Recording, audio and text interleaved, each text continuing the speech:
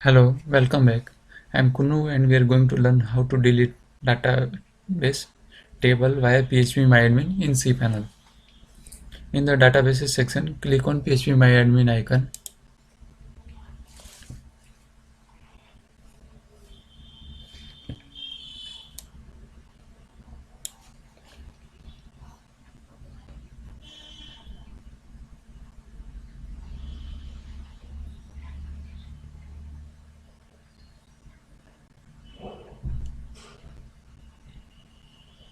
In left sidebar, click on expand button to expand database.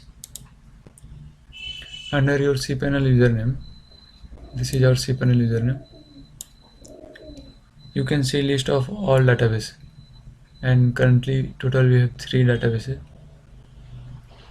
Select appropriate database and it will be expanded and show tables.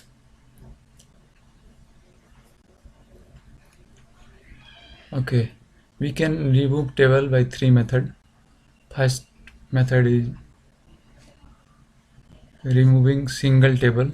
Okay, if you want to remove links table, then click on this drop option. If you want to remove this other table, then click on drop option. We are going to remove test to links table. Okay, so click on it. cPanel is showing a warning that it will destroy test to links table. Okay, it will drop table test to links. Click on OK button. Okay, second method is removing multiple tables. For example, if you want to remove multiple tables like this and this one, then select it. Okay, select table you want to delete. We select 2 tables. Now from here select drop option. If you click on yes button and it will show error, then come back and disable this option and then again click on yes button. Okay, 2 tables are removed. Now third method is removing single table. For example, we are going to remove this WP links table. Select table you want to remove.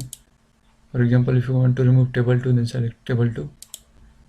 Okay, now click on operations option.